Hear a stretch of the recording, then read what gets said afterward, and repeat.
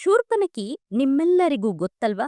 ರಾಕ್ಷಸಿಯಂತೆ ಕಂಡ ಈಕೆ ಈ ಹಿಂದೆ ಅಪ್ಸರೆಯಾಗಿದ್ದಳು ಎಂಬ ವಿಚಾರ ನಿಮಗೆ ಗೊತ್ತಾ? ಆ ಬಗ್ಗೆ ಕಂಪ್ಲೀಟ್ ಮಾಹಿತಿ ಈ ವಿಡಿಯೋದಲ್ಲಿದೆ ನೋಡಿ. ರಾಮಾಯಣ ನಡೆಯುವುದು ವಿಧಿಲಿಖಿತವಾಗಿದ್ರೂ ಸಹ ಅದಕ್ಕೆ ಯಾವುದಾದರೂ ಒಂದು ಕಾರಣ ಬೇಕಲ್ಲವಾ? ಸೀತೆಯ ಅಪಹರಣ ಒಂದು ಕಾರಣವಾದರೆ ಅಪಹರಣಕ್ಕೆ ಕೂಡ ಒಬ್ಬ ವ್ಯಕ್ತಿ ಮುಖ್ಯ ಕಾರಣ ಎನ್ನಬಹುದು.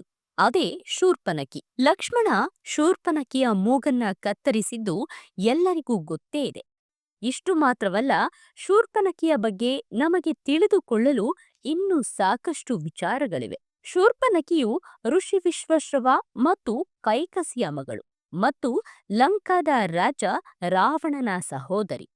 ಈಕೆಯನ್ನ ಶೂರ್ಪನಖಿ ಎಂದು ಕರೆಯುವುದರ ಹಿಂದೆಯೂ ಒಂದು ಕಥೆಯಿದೆ. ಶೂರ್ಪನಖಿಯು ಉದ್ದ ಹಾಗೂ ನೀಳವಾದ ಉಗುರುಗಳನ್ನ ಹೊಂದಿರುವುದರಿಂದ ಆಕೆಯನ್ನ ಶೂರ್ಪನಖಿ ಎಂದು ಕರೆಯಲಾಗುತ್ತದೆ. ರಾವಣನು ಕುಬೇರನನ್ನ ಹೊರಹಾಕಿ ಲಂಕೆಯಲ್ಲಿ ನೆಲೆಸಿದ ನಂತರ ಅವನು ತನ್ನ ಸಹೋದರಿ ಶೂರ್ಪನಖಿಯನ್ನ ಕಾಲಕಾನ ಮಗನಾದ ದಾನವ ರಾಜ ವಿದ್ಯುಜಿಹ್ವಾನನಿಗೆ ಕೊಟ್ಟು ವಿವಾಹ ಮಾಡಿಸುತ್ತಾನೆ. ತ್ರೈಲೋಕ್ಯವನ್ನ ವಶಪಡಿಸಿಕೊಳ್ಳಲು ಹೊರಟ ರಾವಣನು ಯುದ್ಧದಲ್ಲಿ ವಿದ್ಯುಜಿಹ್ವಾನನನ್ನ ಕೊಲ್ಲುತ್ತಾನೆ. ಇದರಿಂದ ಶೂರ್ಪನಖಿಗೆ ತುಂಬಾ ದುಃಖವಾಯಿತು.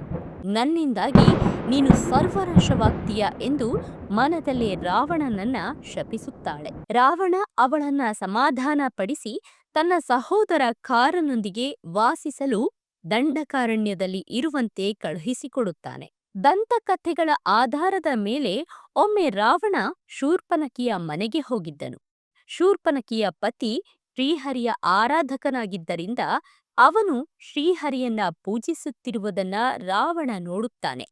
ಇದರಿಂದ ಕೋಪಗೊಂಡು ರಾವಣನು ವಿದ್ಯುಜಿಹ್ವಾನನನ್ನ ಸ್ಥಳದಲ್ಲೇ ಹತ್ಯೆಗೈಯುತ್ತಾನೆ. ಇದು ಒಂದು ಕಥೆಯಾದರೆ, ಇನ್ನೊಂದು ಕಥೆಯ ಪ್ರಕಾರ ಶ್ರೀರಾಮನು ದಂಡಕಾರಣ್ಯದಲ್ಲಿ ತನ್ನ ವನವಾಸದ ದಿನಗಳನ್ನ ಕಳೆಯುತ್ತಿದ್ದಾಗ ಶೂರ್ಪನಖಿಯು ರಾಮನನ್ನ ಕಂಡು ವ್ಯಾಮೋಹಕ್ಕೊಳಗಾಗುತ್ತಾಳೆ. ಆತನನ್ನ ಒಲಿಸಿಕೊಳ್ಳುವುದಕ್ಕಾಗಿ ತನ್ನ ಪರಿಚಯವನ್ನ ರಾಮನಿಗೆ ಮಾಡಿಕೊಂಡು ತಾನು ವಿಶ್ವಶ್ರವನ ಮಗನಾದ ಬಲಿಷ್ಠ ರಾವಣನ ಸಹೋದರಿ, ನಾನು ನಿನ್ನನ್ನ ಮದುವೆಯಾಗಬೇಕೆಂದಿರುವೆ ಎಂದು ತನ್ನ ಆಸೆಯನ್ನ ಹೇಳಿಕೊಳ್ಳುತ್ತಾಳೆ. ಇದನ್ನು ಕೇಳಿದ ಶ್ರೀರಾಮನು ಮುಗುಳ್ನಕ್ಕು ತನಗೆ ವಿವಾಹವಾಗಿದೆ, ನೀನು ಬೇಕಾದರೆ ನನ್ನ ಸಹೋದರ ಲಕ್ಷ್ಮಣನನ್ನ ವಿವಾಹವಾಗಬಹುದೆಂದು ಹೇಳುತ್ತಾನೆ. ಶೂರ್ಪನಖಿ ಲಕ್ಷ್ಮಣನಿಗೆ ಮದುವೆಯ ಪ್ರಸ್ತಾಪವನ್ನು ಮಾಡಿದಾಗ ಲಕ್ಷ್ಮಣ ಅದನ್ನ ತಿರಸ್ಕರಿಸಿ ಅವಳನ್ನ ರಾಮನ ಬಳಿಗೆ ಕಳುಹಿಸಿದನು. ಇದನ್ನ ಕೇಳಿ ಸಿಟ್ಟಿಗೆದ್ದ ಆಕೆ, ಈಗ ನಾನು ನಿನ್ನ ಪ್ರೀತಿಯ ಮಡದಿ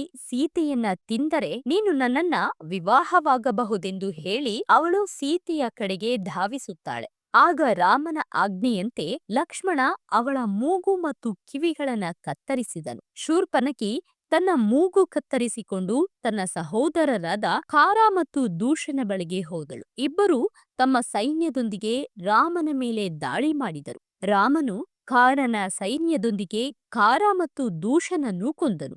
ಮುನಿ ಮತ್ತು ಗಂಧರ್ವರು ಕೂಡ ಈ ಯುದ್ಧವನ್ನ ನೋಡಲು ಸೇರಿದ್ದರು. ಪಂಚವಟಿಯಲ್ಲಿ ಲಕ್ಷ್ಮಣನಿಂದ ಅವಮಾನಿತಳಾದ ಶೂರ್ಪನಖಿಯು ತನ್ನ ಅಣ್ಣ ರಾವಣನಿಗೆ ತನ್ನ ದುಃಖವನ್ನ ಹೇಳುತ್ತಾ, ರಾಮನ ಪತ್ನಿ ಸೀತೆ ಬಹಳ ಸುಂದರಿ ಮತ್ತು ಅವಳು ನಿನ್ನ ಹೆಂಡತಿಯಾಗಲು ಅರ್ಹಳಾಗಿದ್ದಾಳೆ ಎಂದು ರಾವಣನ ಮನಸ್ಸಿನಲ್ಲಿ ಸೀತೆಯ ಬಗ್ಗೆ ಆಸೆಯನ್ನ ಹುಟ್ಟುಹಾಕುತ್ತಾಳೆ.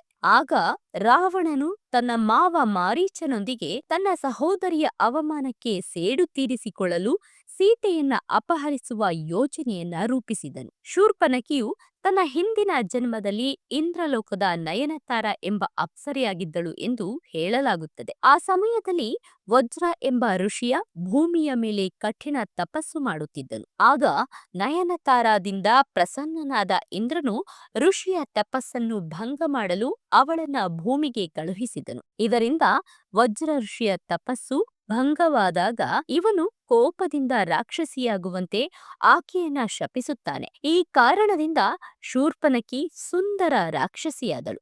ಲಕ್ಷ್ಮಣನು ಶೂರ್ಪನಖಿಯ ಮೂಗು ಮತ್ತು ಕಿವಿಗಳನ್ನು ಕತ್ತರಿಸಿದಾಗ ಶೂರ್ಪನಖಿಯ ಜ್ಞಾನದ ಕಣ್ಣುಗಳು ತೆರೆದು ಅವಳು ಯಾರೆಂದು ಅರಿತುಕೊಂಡಳು. ಶೂರ್ಪನಖಿ ರಾಕ್ಷಸ ಗುರು ಶುಕ್ರಾಚಾರ್ಯರ ಬಳಿಗೆ ಹೋಗಿ ಕಾಡಿನಲ್ಲಿ ಅವರ ಆಶ್ರಮದಲ್ಲಿ ವಾಸಿಸಲು ಪ್ರಾರಂಭಿಸಿದಳು ಎಂದು ಕತೆಗಳು ಹೇಳಲಾಗ್ತಾ ಇದೆ.